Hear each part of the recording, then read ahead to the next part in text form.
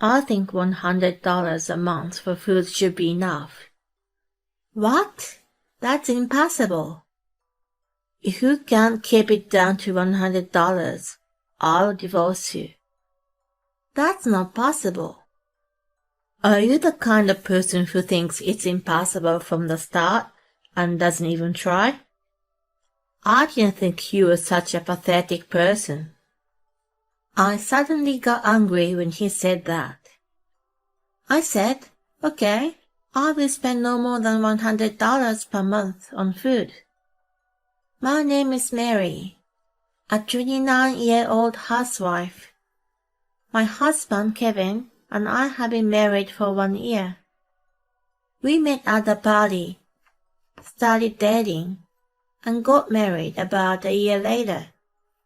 He told me, I want you to be a stay-at-home wife after we get married.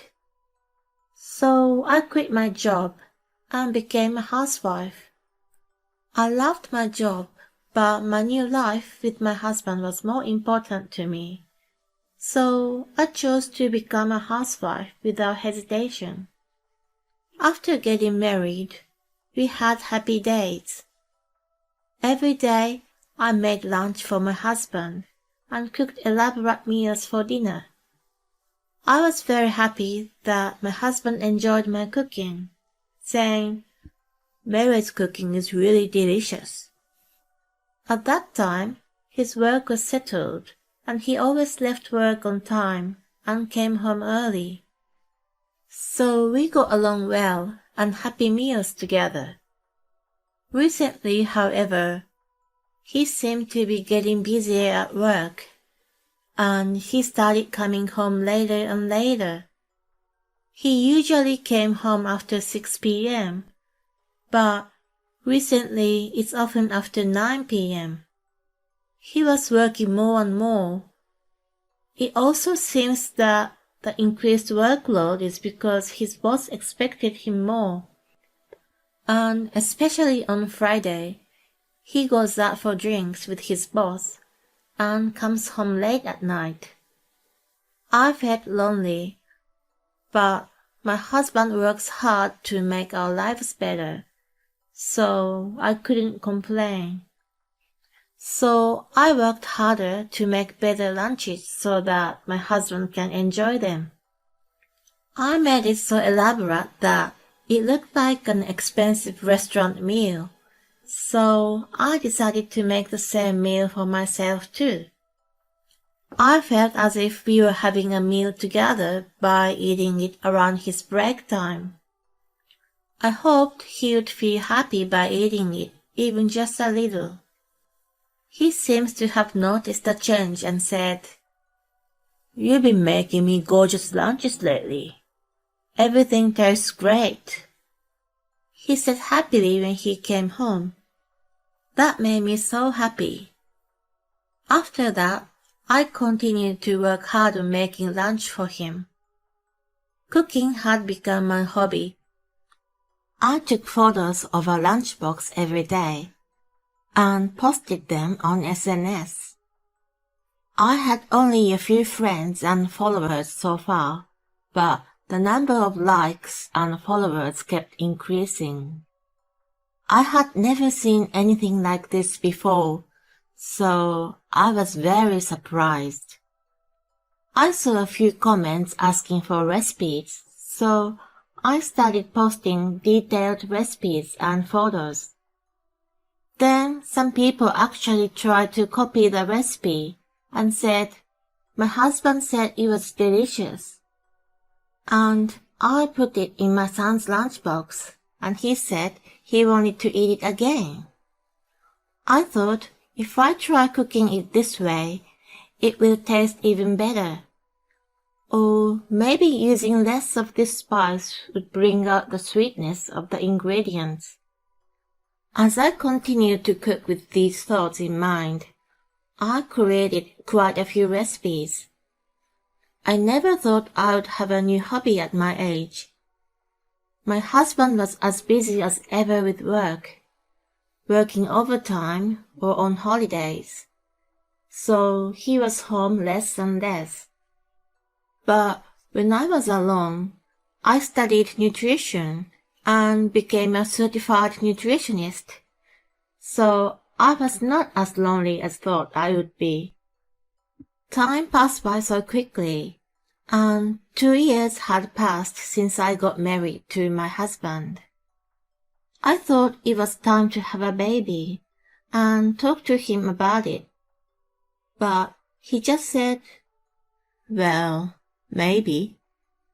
My husband's reaction was surprising because I remember talking about how we wanted 2 children before we got married. Does he think he wants kids but it's just not the right time yet? Or did his thought change? I was a little sad because I felt like we weren't communicating well with each other as a couple. I feel like my husband is not as interested in me as he used to be.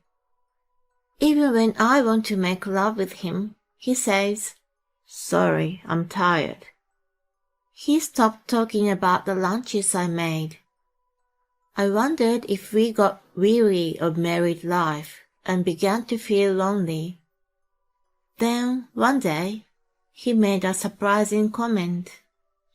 "Mary, don't you always make too elaborate lunches?" "What?" "I don't like it when you waste my money." "Don't call it wasting money. Besides, I don't spend so much money. I use reasonably priced ingredients and make yummy lunches." "That's impossible. You'd have to spend a lot of money to make lunches that look and taste that good." "No, that's not true. Just a little ingenuity and preparation can make a big difference in taste." "Don't lie. You always take photos of the lunches you make and post them on SNS, don't you?" "What? I didn't think my husband knew that, but he didn't seem to have seen everything." "Stop thinking about making it look gorgeous on SNS. It's embarrassing that my wife spends all the money to get lots of likes. I can't allow my earnings to be used to satisfy your need for approval." "Why do you say that? I don't use SNS for that." "At first, I was just uploading photos because I thought they looked good. And now I'm trying to see how good I can make them look and taste good with reasonable ingredients so that people can easily copy the recipe." No matter how much I tried to explain to my husband, he wouldn't understand me. "No need for excuses. $100 a month for food is enough." "What?" I was stunned.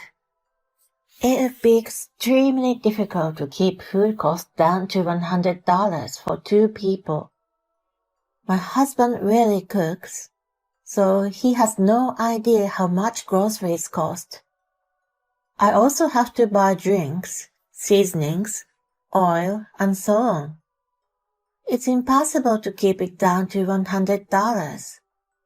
"Wait, that's impossible." "Why not?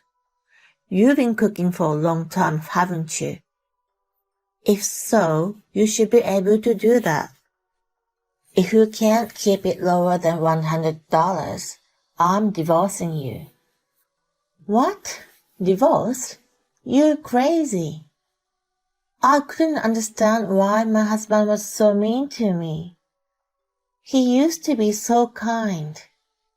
Why had he changed? "It's not fair. You should tell me if there's something you don't like about me. Don't make impossible demands on me." I tried to make him understand, but he wouldn't listen to me. "You're the kind of person who thinks it's impossible from the start and won't even try, aren't you? I didn't think you were such a pathetic person.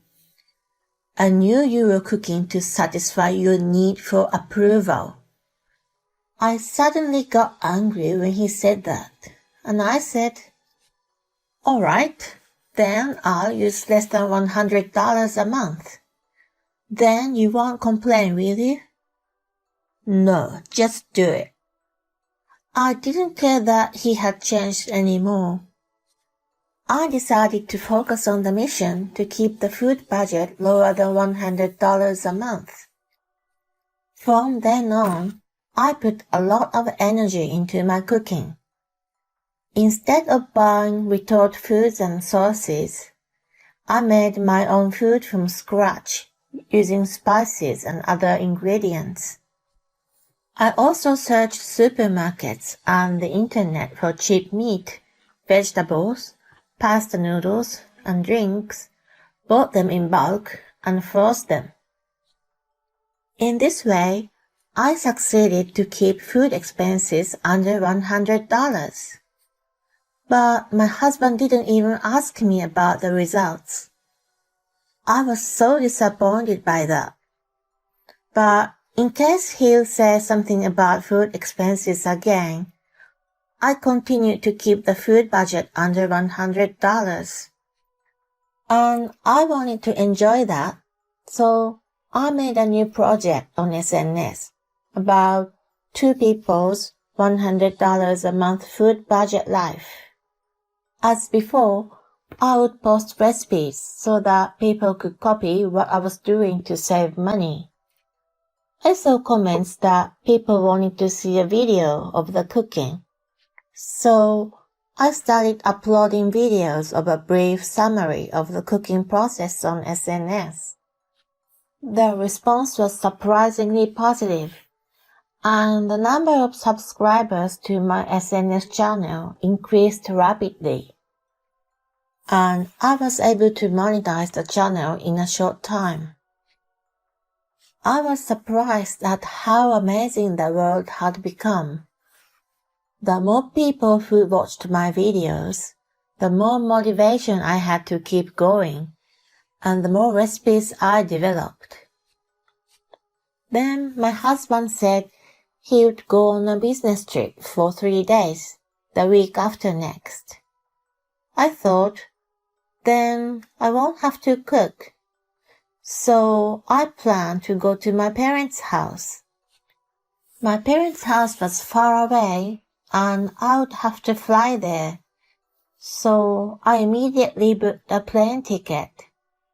And the day came quickly, and my husband left the house in the morning with his carry case. He said he would go to his office and then go to the airport. I also went to the airport with my luggage a little after he left. My luggage was small enough to fit in my backpack, so I was able to leave the house quickly.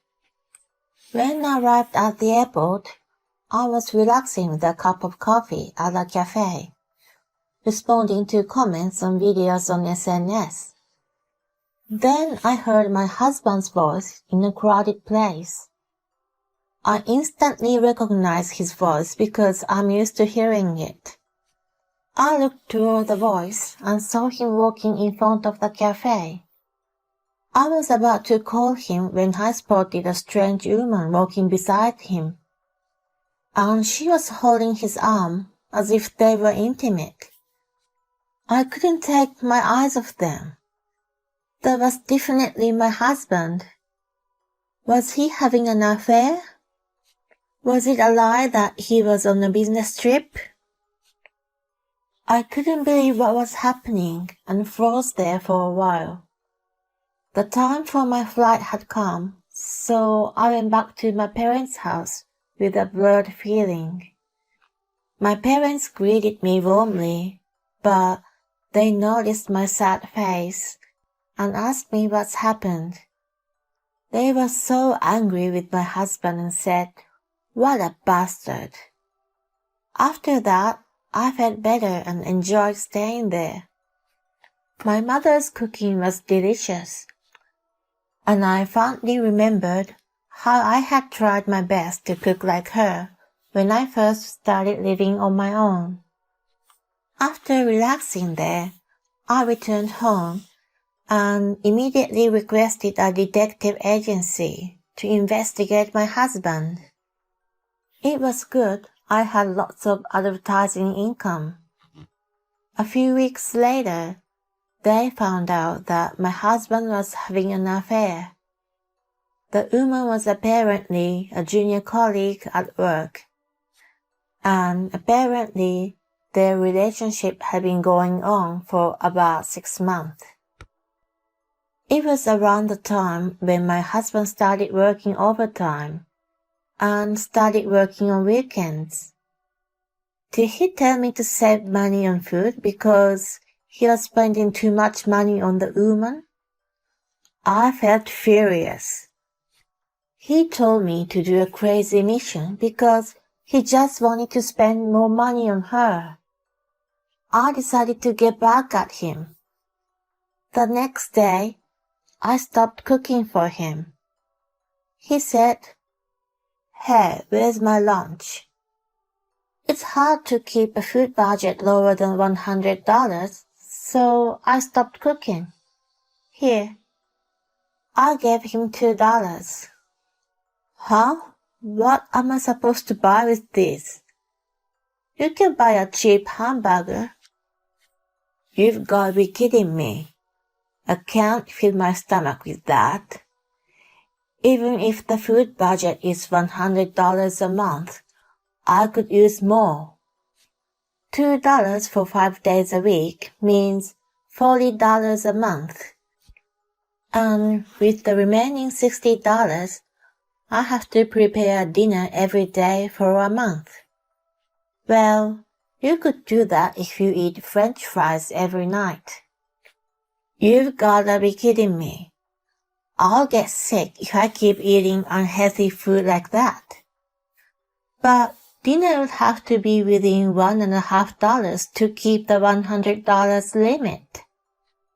$1.50 a day means $45 for 30 days. Including lunch, it's already $85. We have to keep a drink bill under $15 for 30 days. My husband finally seemed to understand how difficult it was to keep the food budget within $100. Wait a minute. So all the lunches and dinners you've been making have cost over $100 a month? No, I kept it within $100 because I tried really hard. So why don't you just continue to do that? I don't want to. You won't be my husband anymore. That's why I told you how to keep your food expenses under $100 without me. What? What do you mean? I showed him divorce papers. Divorce? Why all of a sudden? I've been preparing for it ever since I found out you were having an affair. When I said this, my husband's face turned pale. What do you mean by affair? Don't act innocent. I showed him the photos which proved the affair, and said I had an investigation done and got proof. Now you can't lie to me, so I demand divorce and consolation money from you. My husband was stunned with his mouth open, but then he said, I may have had an affair, but you would be in trouble if we get divorced, wouldn't you? You're a housewife, and if you suddenly become single, you wouldn't be able to get enough money to live, would you? Your parents' house is very far too. It would be better to forgive me for once and stay married. I'm appalled and said, actually, I'm making a pretty good income right now. What? I'm getting all kinds of business from social networking sites. I've been getting a lot of ad revenue from my videos, and I'm also publishing a book of a money-saving recipe. A recipe book? You're publishing a book? To be honest, I'm making more money than you right now. So, it'll be no problem for me to get divorced. Oh. My husband seemed shocked by the fact that his income is less than a full-time housewife whom he had looked down. He nodded and couldn't talk anymore. Anyway, fill in the divorce papers. Then, I left the house with the luggage I had packed beforehand. After that, I communicated with my husband through an attorney and got divorced. My husband and the adulterous partner also paid me consolation money. As for this affair, my husband and I had a mutual acquaintance at his workplace, so it quickly spread throughout the company. Apparently, my ex-husband is being looked at quite coldly, saying that he's a scumbag for betraying his wife who made him elaborate lunches every day. The adulterous partner couldn't bear the situation and quit the company. My ex-husband is having a hard time because he has to pay consolation money and pay tribute to the adulterous partner, so he can't quit his job and is working really hard in an uncomfortable atmosphere. I, on the other hand, have moved into a nice room with a system kitchen and can cook very comfortably. My recipe book has been successfully published and sales are going well. I would like to continue to cook a variety of dishes and enjoy my life. It is honestly too much to ask to keep the food cost for 2 people lower than $100 a month. And the reason why he asked for that is that he wanted money to buy things for his adulterous partner, which is just too much junk. But thanks to such a scumbag husband, he got into cooking and even published a book. So it was good in the end. Now that she can earn enough money on her own, she can slowly look for a partner. Thank you for watching. Please subscribe to our channel if you like. See you in the next video.